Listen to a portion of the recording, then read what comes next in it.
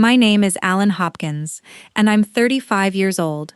Thanksgiving at my parents' house always followed the same pattern, and this year was no exception. Except this time, I finally realized why my mother needed an audience of 17 relatives to say what she did. I walked in wearing the gray cardigan I always wore to these dinners, the plain one that made me look exactly like what everyone assumed I was.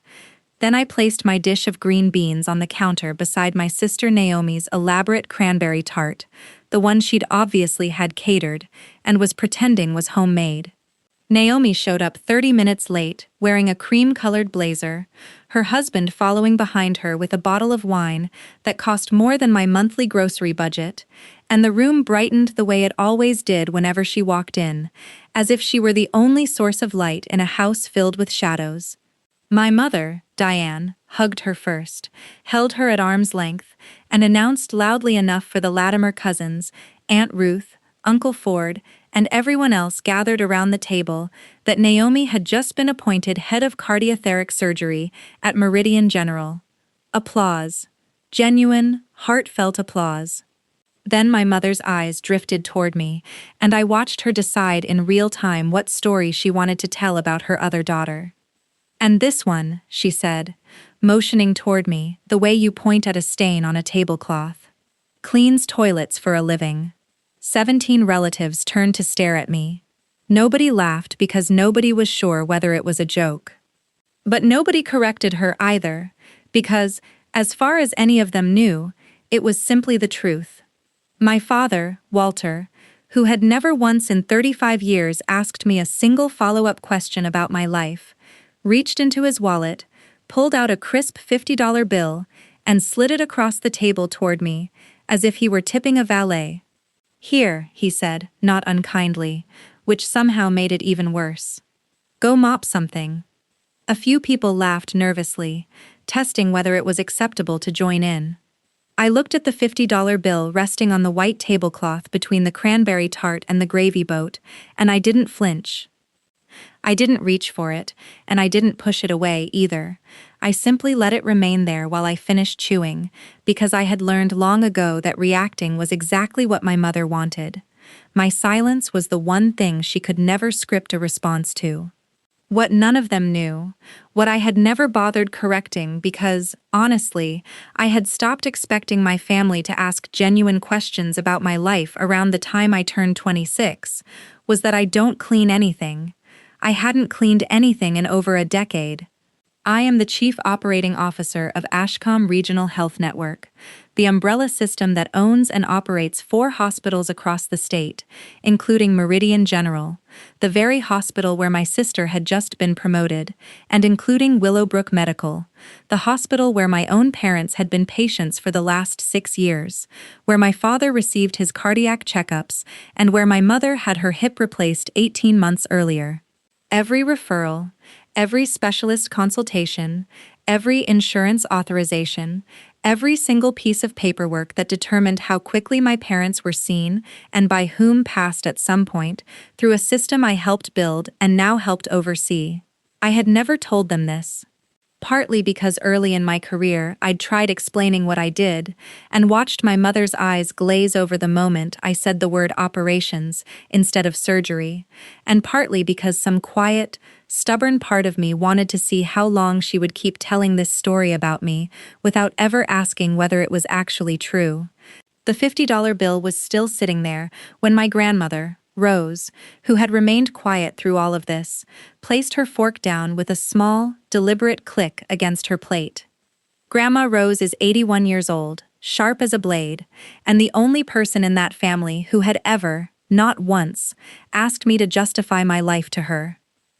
She rose slowly the way she does now, one hand resting on the table, and looked directly at my mother instead of me. "Diane," she said in the voice she uses when she's finished being polite. "Tell them where your daughter actually works." The table fell silent in a completely different way than before. My mother's mouth opened and then closed. Naomi's husband stopped mid-sip of his expensive wine. Aunt Ruth leaned forward, as though she'd been waiting her entire life for this exact moment of family drama. My mother looked at me, and for the first time in longer than I could remember, I watched something like uncertainty cross her face, because she realized, standing there in front of 17 relatives, that she genuinely did not know the answer to her own mother's question, and that whatever answer was coming would not be the one she'd spent years telling everyone. If you want to know exactly what happened when the truth finally came out at that table, and what my mother's face looked like when she realized who had been holding her entire family's medical future in her hands the whole time, the silence after Grandma Rose's question stretched long enough that I could hear the kitchen clock ticking from the next room. My mother finally found her voice, and it came out quieter than I'd ever heard it. "She works in administration," she said, the word administration landing like an apology she didn't know how to finish. Grandma Rose tilted her head, unimpressed. "Administration where, Diane?" My mother looked at me now, truly looked at me, maybe for the first time in years, silently pleading with me to fill in a blank she couldn't answer herself. I placed my napkin on the table and decided that after 35 years of being my family's convenient punchline, I was finished sacrificing my own dignity just to protect everyone else's comfort. "I'm the Chief Operating Officer of Ashcombe Regional Health Network," I said, keeping my voice steady, the same voice I use during board meetings when I need an entire room to truly listen. "I oversee 4 hospitals, including Meridian General, where Naomi was just promoted, and Willowbrook Medical, where Mom and Dad have been patients for the past 6 years. The table shifted from complete silence to something even colder. My father's hand, still resting beside the $50 bill, froze completely. Naomi gently set her fork onto her plate, with a soft clatter, her polished confidence giving way to something exposed, something that looked almost like fear. "That's not," my mother began, then stopped because she could see in my face that it was, in fact, completely true. I continued because I'd waited a very long time to say this, and I wasn't about to waste the chance. "Dad's cardiologist, Dr. Okafor, reports through my division. The scheduling system that got Mom her hip replacement 18 months ago, faster than her insurance would normally allow? I approved that pilot program myself. I've spent 6 years making sure this family received the best care available. And I never said a word about it, because every time I tried talking about my job, I watched everyone's eyes glaze over the moment I stopped sounding like a surgeon." My mother's face had turned pale. The kind of pale that comes from realizing you've spent years telling a story about someone without ever checking whether it was true. "Why didn't you correct me?" she asked. It wasn't really a question. It sounded more like a confession. "Because you never asked," I replied simply. "Not once.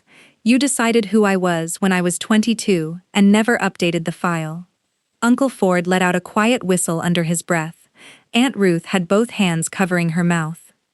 The cousins exchanged glances, like they'd just witnessed a magic trick they couldn't possibly explain.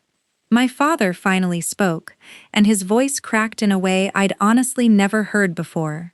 "The $50, he said, staring at the bill still lying on the tablecloth. "I was just trying to—" He couldn't finish, because there wasn't a version of that sentence that didn't sound exactly as small as it truly was. I picked up the bill, folded it once, and gently slid it back across the table toward him. "Buy Mom something nice," I said. "I don't need it." Naomi, to her credit, was the first person to move beyond the shock. She looked at me with an expression I hadn't seen from my sister in years, something that almost reminded me of how she used to look at me when we were kids and still believed I was the smart one. "Ellen," she said quietly, "I had no idea. You never said anything at any of the hospital events. I would have introduced you properly." "I know," I replied, and I meant it without any bitterness, because the truth was, I'd chosen every single time to stay quiet. Today, I had simply made a different choice.